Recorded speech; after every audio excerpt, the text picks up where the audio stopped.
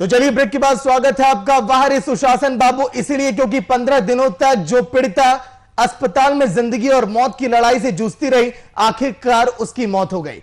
अस्पतालों की चक्कर काटने के बाद तब जाकर उसे इलाज मिला। लेकिन बिहार में हर एक महीने लगभग 100 मामले इस तरह के सामने आते हैं, लेकिन सुर्खियों में केवल 2-3 ही आते हैं और कई मामले ठीक इसी तरह कागजों में ही दफन हो जाते हैं। तस्वीरें आप देखिए किस तरह से वहां पर सन्नाटा है और मातम पसरा है पूरे गांव में, और क्या कुछ कहना है वहां की पुलिस अधिकारियों का वो भी हम आपको सुनाएंगे। जिस तरह से पूरे गांव में फिलहाल तस्वीरें ऐसी देखी जा रही हैं।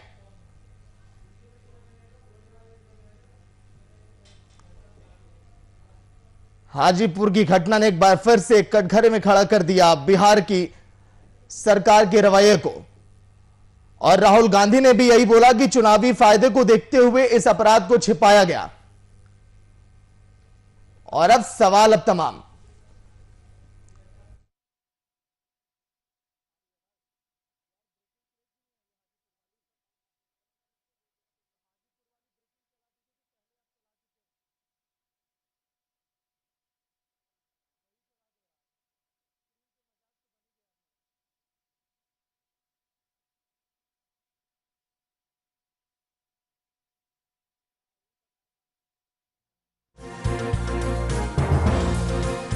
एक बड़ी खबर आ रही हाजीपुर से, यहां पर छेड़खानी मामले को लेकर युवती को जलाकर मार डालने का मामला फिलहाल सुर्खियों में। गुलनाज केस पर राहुल गांधी बोले कि चुनावी फायदे के लिए अपराध को छिपाया गया। राहुल गांधी भी हमलावर, क्योंकि 30 तारीख को जिंदा युवती को जलाया गया था। छेड़खानी का विरोध करने पर इस वारदात को अंजाम दिया गया, लेकिन अभी तक एक आरोपी की केवल गिरफ्तारी हुई है। 2 आरोपी अभी भी फरार हैं। पुलिस की विशेष टीम फिलहाल जांच में लगी है। बिहार में नई नवेली नीतीश सरकार के सामने फिर से कानून व्यवस्था का सवाल है, और हाजीपुर में छेड़छाड़ पीड़िता की मौत के बाद पूरे इलाके में तनाव फिलहाल बढ़ गया है।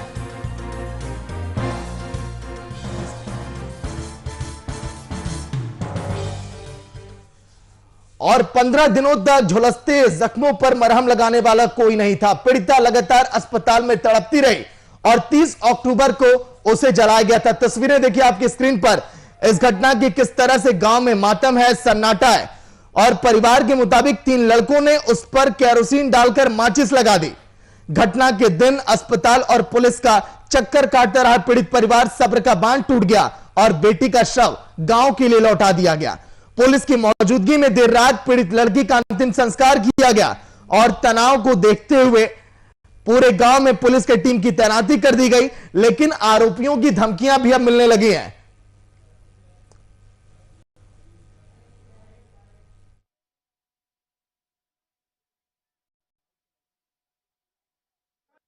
जी, एक व्यक्ति हैं,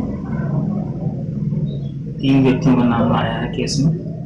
बच्ची थी कि केस दर्ज हुआ है 2 तारीख को, 30 तारीख की घटना थी। जलाने के बाद का आरोप लगाया गया है। 3 व्यक्तियों का नाम दिया, जिनकी अनुसंधान में गिरफ्तारी के लिए चल रहा है। आज सुबह PMCH में इलाज के दौरान जो बच्ची है उनकी डेथ हुई है, और अभी उन्हीं के अंतिम संस्कार की कार्रवाई चल रही है। सर, घटना को इतना दिन हो गया सर, अभी तक घटना में जब जानकारी मिली, FIR हुआ, उसके बाद जाकर फर्दगान लिया गया, सारी कार्रवाई की गई। लगातार दबिश जारी है। छेड़खानी का विरोध करने पर जिस तरह से महिला को जिंदा जलाया गया, पुलिस पर इस मामले में लापरवाही के गंभीर आरोप लग रहे हैं, जिसके बाद एक SHO को निलंबित किया गया। वैशाली के SP मनीष ने कहा कि इस मामले में FIR फिलहाल दर्ज कर ली गई है।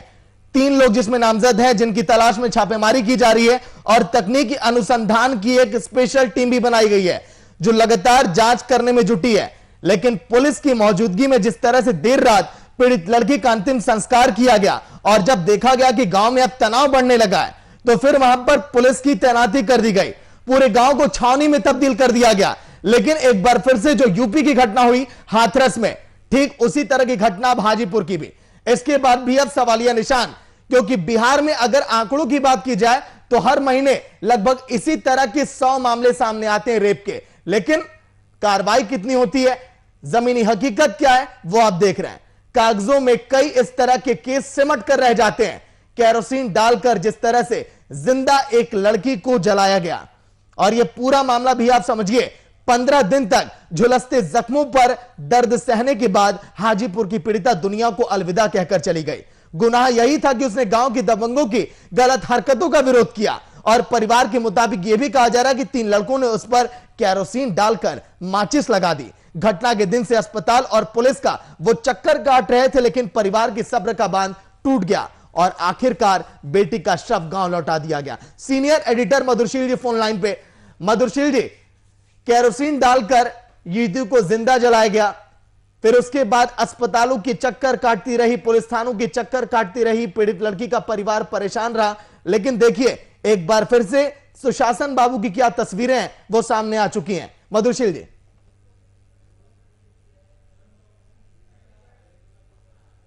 केरोसिन डालकर युवती को जिस तरह से जिंदा जलाया गया, हाजीपुर की यह तस्वीर। सुनिए मेरी बात को पहले, रोज रेड हो रहा है चुनावी फायदे के लिए इस अपराध को छुपाया गया है। अगर गांव में आदमी केरोसिन डालकर जिस तरह से आग के हवाले कर दिया गया एक महिला को। 30 तारीख को जिंदा जलाया गया। उस महिला को छेड़खानी का विरोध की उस महिला ने, उस युवती ने, लेकिन अभी तक केवल एक आरोपी की गिरफ्तारी। 15 दिन के बाद भी अभी तक वो फरार और पुलिस ने चांदपुरा थाने के एसएचओ को निलंबित कर दिया। इस मामले में कांग्रेस के पूर्व अध्यक्ष राहुल गांधी ने ट्वीट करके लिखा कि चुनावी फायदे के लिए अपराध को छुपाया गया, कुशासन पर ताकि सुशासन की नींव रखी जा सके। राहुल ने कहा कि किसका अपराध ज्यादा खतरनाक है, जिसने ये अमानवीय कर्म किया या फिर जिसने चुनावी फायदे के लिए इसे छुपाया, ताकि इस कुशासन पर अपने झूठे सुशासन की नींव रखी जा सके। अगर गांव में आदमी रह रहा था तो आप लोग भी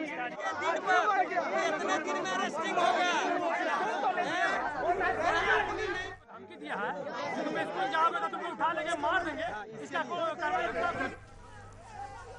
और कांग्रेस नेता राजेश ठाकुर जी फोन लाइन पे। राजेश जी, एक ऐसी घटना जिसने फिर से पूरे देश को झकझोर कर रख दिया, हाथरस वाली घटना से कम नहीं है। निकाल दी थी। जनमत इनको नीतीश कुमार को मिली नहीं, जनमत के खिलाफ जाके इन्होंने अपना सत्ता के जोर पर सरकार बनाने का काम किया है। यहाँ बिहार में हर हाल पर महागठबंधन की सरकार जनता ने तय कर दी थी। इन लोगों ने अपनी जाति चलाई, केंद्र सरकार राज्य सरकार सभी ने मिलकर अपना सत्ता का उपयोग किया। यहाँ आम दिन ये घटना घटती है और जिसको इन लोगों द्वारा छुपाने का काम किया जाता है। ठीक है राजेश जी, मैं आपके पास आ रहा हूं। पंकज कुमार बीजेपी प्रवक्ता भी फोन लाइन पे जुड़ गए हैं। पंकज जी, एक बार फिर से हाजीपुर की एक ऐसी घटना जिसके कारण अब सरकार अब कटघरे में अब खड़ी है। राहुल गांधी ने यह कह दिया कि चुनावी फायदे के लिए आपने इस पूरे मामले को ढकने की कोशिश की है। जी ऐसा नहीं है। राहुल गांधी जी ने जो प्रतिक्रिया दी है, ये जो पूरा मामला है, राहुल गांधी जी के जो समर्थक आरजेडी वाले हैं बिहार में, उनके एमओआई समीकरण के कारण ये मामला पर्दे में रहा जी। और हमारी सरकार ने, चूंकि आप जानते थे चुनाव आचार संहिता लगी हुई थी बिहार में। आपके सवालों का जवाब राजेश जी देंगे, कांग्रेस नेता भी फोन लाइन पे जुड़े हैं। हाँ जी बिल्कुल बिल्कुल। राजेश जी सुनते रहिएगा, बोलिए पंकज जी। हाँ, तो कहने का मतलब यह है, ये जो मामला है आरजेडी के लोगों ने दबाकर रखा था, क्योंकि ये उनके वोट बैंक एमवाई समीकरण का मामला था। लेकिन जैसे ही हम लोगों ने इसको संज्ञान में लिया, आपको मैं बता दूं, कल शपथ ग्रहण के बाद ही आदरणीय संज्ञान में पहले भी तो लिया जा सकता था ना पंकज जी, संज्ञान में पहले लिया जा सकता था। आप एक अनुभवी पत्रकार हैं, आप अच्छी तरह जानते हैं कि चुनाव आचार संहिता के दौर में पूरे राज्य के शासन का तंत्र चुनाव आयोग के अंदर में था। नहीं, आप भी एक अनुभवी नेता हैं, लेकिन पंकज जी आप भी एक अनुभवी नेता हैं। क्या चुनाव के पहले अगर इस पर कार्रवाई करवा देते तो क्या आचार संहिता का उल्लंघन हो जाता? चांदपुरा ओपी थाना प्रभारी विष्णुदेव दुबे हैं, उन्हें कल निलंबित कर दिया गया। तो निलंबित क्या, जब युवती की मौत हो गई उसके बाद निलंबित करने से क्या वो युवती की क्या जान वापस आ जाएगी? गांव को जिस तरह से छावनी में तब्दील कर दिया गया पंकज जी, राजेश जी आपको सुन रहे हैं, राजेश जी जवाब दीजिए पंकज जी का। भैया ये तो इनकी बात से लगता है कि अपने सिर की घाव ही महागठबंधन पर डालना चाहते हैं। केंद्र से लेकर राज्य तक इनकी सरकार है, सारी इनकी सरकार है। आपकी आवाज क्लियर नहीं आ रही है, रिपीट कीजिए। राजेश जी फिर से बोलिए, ऐसे मामलों पर नेताओं को आवाज नहीं जाती जो सत्ता पक्ष में होते हैं। नहीं बिल्कुल बिल्कुल हाँ। आवाज आ रही है, आप बोलिए। हाँ ठीक है राजेश जी बोलिए। ये अपने सिर का घाव महागठबंधन पर डालना चाहते हैं। इनकी केंद्र से लेकर बिल्कुल नहीं। क्या सरकार राजेश इनकी जी है। आप एमओआई समीकरण की राजनीति बिहार में नहीं करते हैं? ये केंद्र से नहीं, लेकर पंकज जी एक बात बताइए, राजेश पंकज जी एमओआई समीकरण की राजनीति नहीं करती है। पंकज जी नहीं नीतीश कुमार समीकरण की राजनीति नहीं हुई है। बिल्कुल ठीक है पंकज जी मैं आपसे पूछ रहा हूं, नीतीश कुमार जो मंच पर सीना ठोक कर कहते हैं, पंकज जी नीतीश कुमार जो मंच पर सीना ठोक के कहते हैं कि हमने प्रदेश में अपराध कम कर दिया, लोगों को न्याय बहुत जल्दी मिल जाता है, 15 दिन तक पीड़ित परिवार थाने के चक्कर काटता रहा। कल शाम में शपथ ये जो सरकारी तंत्र है, जो सिस्टम आपका कमजोर है, लाचार है, इसमें सुधार कब तक होगा ये जानना चाह रही है प्रदेश की जनता। पंकज जी और मैं बता दूं कि मुख्य अभियुक्त चंदन कुमार को गिरफ्तार कर लिया गया है। अन्य 2 अभियुक्त लेकिन 2 मूर्ख अभी फरार है ना पंकज जी, 2 मूर्ख अभी फरार हैं। 3 मूर्ख थे, 1 मूर्ख को आपने पकड़वा दिया, 2 मूर्ख अभी फरार हैं। वो मूर्ख कब पकड़े जाएंगे? एक अभियुक्त गिरफ्तार हो चुका है, थाना प्रभारी निलंबित हो चुके हैं। हाँ। एसपी मनीष कुमार इस मामले को स्वतः देख रहे हैं। अब मसला यह है कि घटना घटने के बाद यदि अपराधियों की गिरफ्तारी हो रही है, उप मुख्यमंत्री ने उच्च स्तरीय जांच के आदेश दे दिए गए हैं, तो थोड़ा सा इंतजार कीजिए। तो इंतजार अब किसका करें हम? महिला की जान वापस आ जाएगी कि आप सिस्टम को आप थोड़ा मजबूत आप करेंगे, जल्दी न्याय मिले? इंतजार करें एक बार फिर से अगली रेप की घटनाओं का हम, कि फिर से पीड़ित परिवार चक्कर काटता रहे थानों का? इसका इंतजार करना होगा। भारत की न्यायिक व्यवस्था में विश्वास रखना होगा और आप हर मौत के मसले पर राजनीति ना करें। मौत के मसले पर राजनीति नहीं, आपसे सवाल किया जा रहा है पंकज जी, ये राजनीति नहीं सवाल है, और सवाल ये प्रदेश की जनता पूछ रही है। वीआईपी न्यूज आपसे नहीं पूछ रहा है, प्रदेश की जनता पूछ रही है कि एक बार फिर से सत्ता में आप लौट कर आए हैं, क्या सुधार आप करेंगे, ये हम जानना चाह रहे हैं प्रदेश। ये जो सबक सिखाया है, जात-पात की राजनीति करने के एवज में ही सिखाया है। राजनीति अगर होती तो चुनाव के पहले इस मामले को दबाया नहीं जाता। राजनीति आपने की पंकज जी, अगर आपको डर रहता, ये आप में डर था, ये एनडीए में डर था कि कहीं अगर ये मामला पहले सामने आ जाएगा तो आपका वोट बैंक ना कम हो जाए, आपको डर था कि अगर हाजीपुर का मामला अगर सुर्खियों में आ जाएगा तो नीतीश कुमार पर सवालिया निशान खड़े हो जाएंगे। पंकज जी पूरी बात सुनिए, आपको डर था, राजनीति आपने की, डर आपको था अगर ये मामला सुर्खियों में आ जाएगा चुनाव के पहले तो आपको वोट कहां से मिलेगा? राजनीति आपने की, राजनीति यहां पर और कोई नहीं कर रहा है। चुनाव आयोग के दिशा निर्देश पर चल रहा था। ठीक है राजेश जी जवाब दीजिए पंकज जी का। पूरे बिहार का शासन तंत्र चुनाव आचार संहिता में चुनाव आयोग के दिशा निर्देश पर चल रहा था। बताते हैं सरकार केंद्र में इनकी है, राज्य में बिल्कुल नहीं राजेश जी, दबाया गया। हमारी सरकार में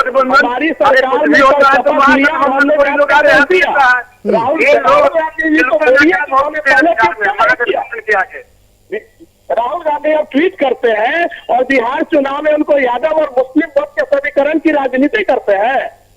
नहीं मुस्लिम राहुल गांधी का चुनाव यहाँ सारे समीकरण टूट गए, आप अपने सीट को देख लीजिए ना। लेकिन देखिए पंकज जी एनसीआरबी, पंकज जी सुनिए, आज भी 75 सीट है।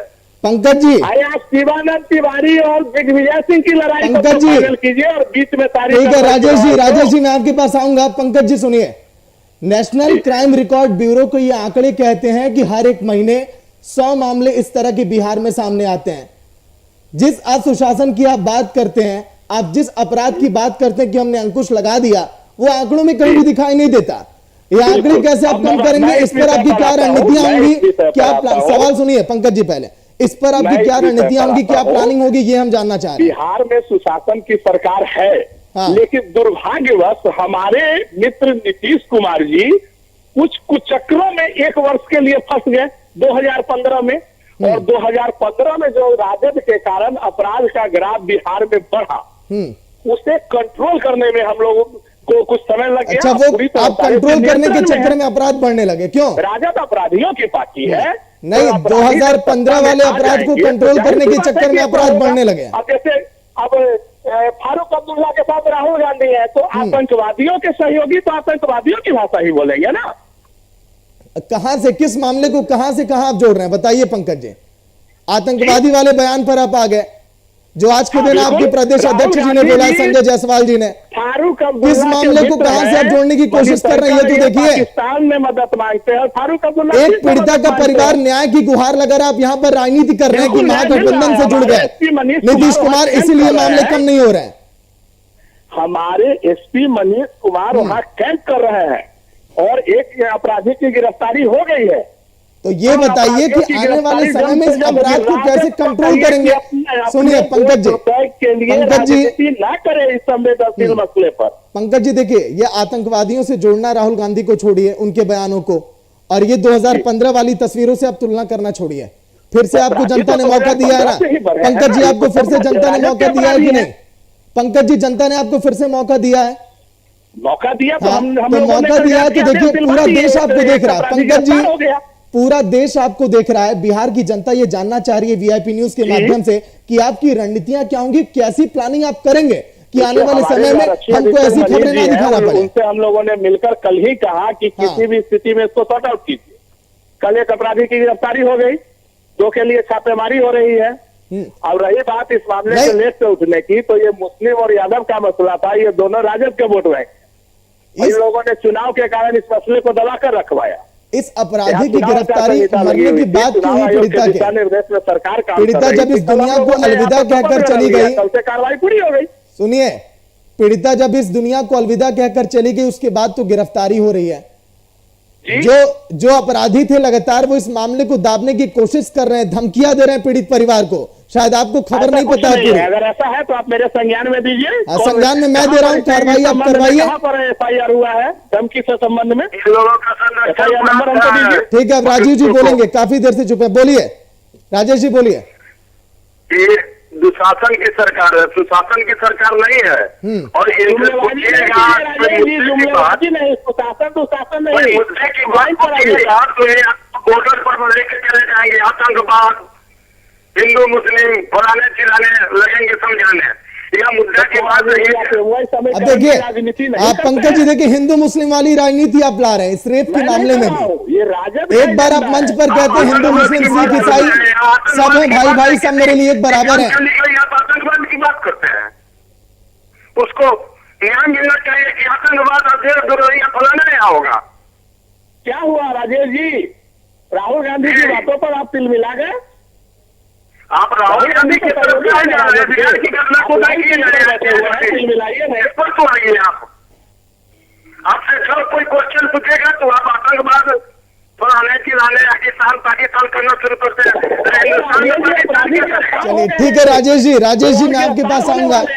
ठीक है पंकज जी, आपने बहुत बड़ा बयान दिया है। पंकज जी सुनिए, मिला गए हैं क्योंकि उनके वोटरों में से एक वोटर अपराधी के रूप में पकड़ा गया है और जो 2 बाकी है वो भी राजद के वोटर है। ठीक है पंकज जी, आपने एक बहुत बड़ा बयान आज के दिन दिया है। के लिए राहुल पंकज जी यादव की बात कर रहे हैं लाइव टीवी पर बैठकर। पंकज जी सुनिए, लाइव टीवी पर आप भी आपने एक बयान दिया है कि महागठबंधन की सरकार में जब शामिल हो गए नीतीश कुमार तो उन्हीं 1 सालों में वो पेच में फंस गए, इसीलिए 5 साल में अपराधों पर वो अंकुश नहीं लगा पाए।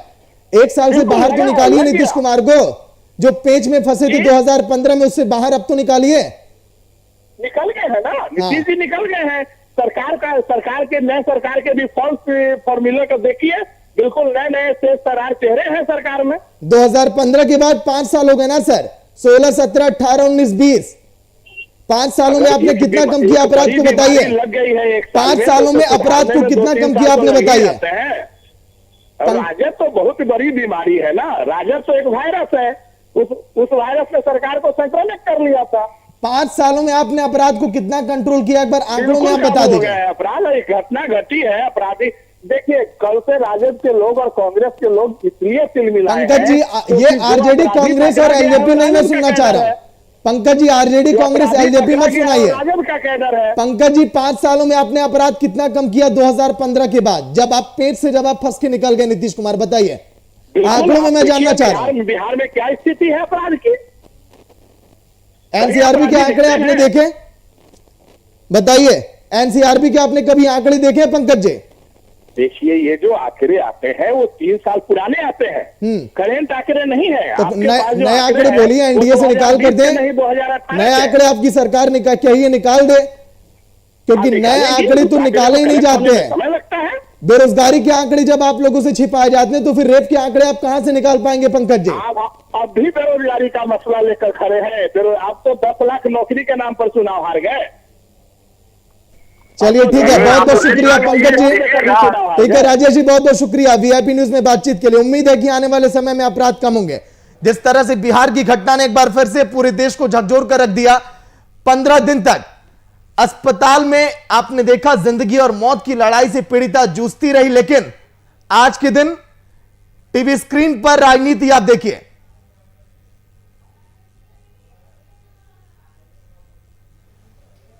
हाजीपुर में एक और निर्भया जिस तरह से भेंट चढ़ी, युवती को जिंदा जलाने का यह मामला।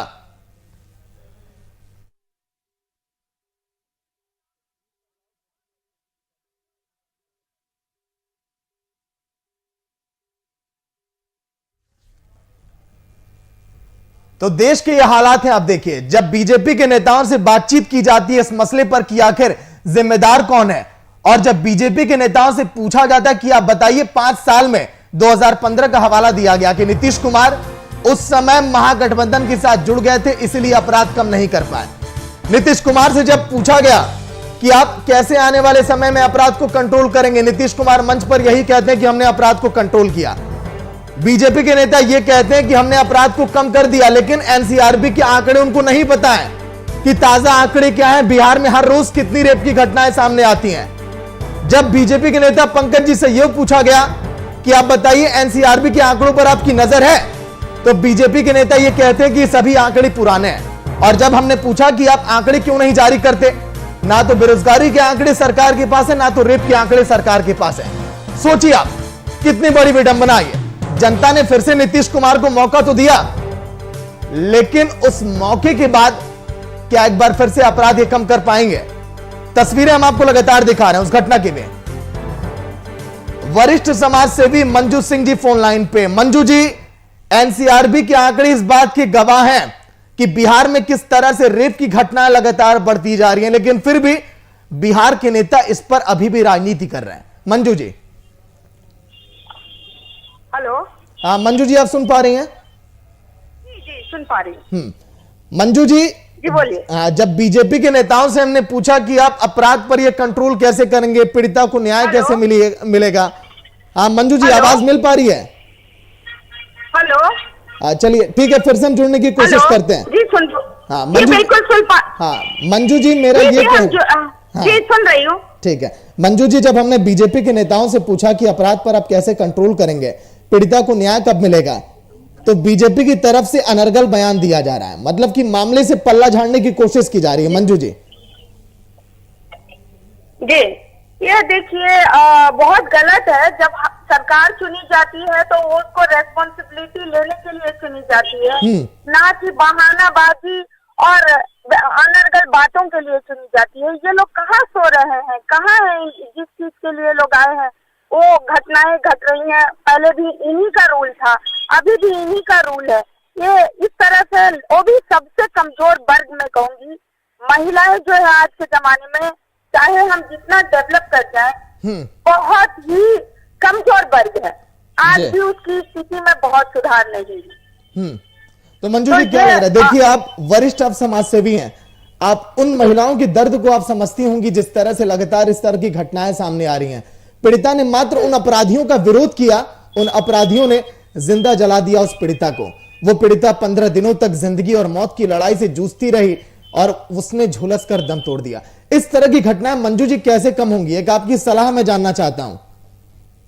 अगर सरकार इस पे कानून बनाए, क्योंकि सरकार के पास हर चीज का सिस्टम होता है, अगर वो कानून बनाए जिसमें आम जन को भी शामिल किया जाए तो ही इस चीज को सुधार सकते हैं। और लड़कियां अगर जाती है रिपोर्ट करने तो पुलिस सिस्टम इनका इतना लचर है, व्यवस्था इतनी लचर है कि वहाँ सुनवाई जो विक्टिम है उसी को अक्यूज समझा जाता है, जो ट्रीटमेंट है वो अक्यूज जैसा किया जाता है।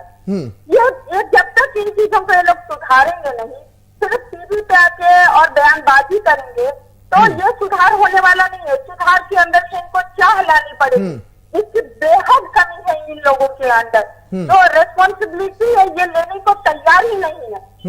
मतलब कि आप भी ये मानती है ना मंजू जी कि ये लचर हमारा सिस्टम है, लाचार हमारा पुलिस तंत्र है, लाचार प्रशासन है, अपराधियों के आगे नतमस्तक है ये पुलिस सिस्टम, इसीलिए इस तरह की घटनाएं बढ़ती हैं। बिल्कुल बिल्कुल, मैं खुद भी बहुत सारी प्रॉब्लम फेस करती हूँ, मैं देखती हूँ, लेकिन मैं चूंकि पढ़ी लिखी हूँ, मुझे जानकारी है, तो बहुत हद तक मैं टैकल करती हूँ। अदरवाइज जो वो लड़कियों के साथ हो रहा है, हमारे साथ भी किसी भी समय घट सकता है। उस सिचुएशन से हम लोग रोज दो चार होते हैं, और इन लोगों का, नेताओं का बयानबाजी, क्योंकि इनकी घर की महिलाओं को ये सब चीजें फेस नहीं करनी होती है, वो तो उनके सिक्योरिटी सिस्टम के अंदर वो लोग रहते हैं, वो हमारी प्रॉब्लम को या आम लोगों की प्रॉब्लम को। ठीक है मंजू जी, बिल्कुल आपका सुझाव देखिए शायद हमारे नेता लोग अमल में लाएं और सुधार हो सिस्टम में। बहुत बहुत शुक्रिया मंजू जी बातचीत के लिए वीआईपी न्यूज में।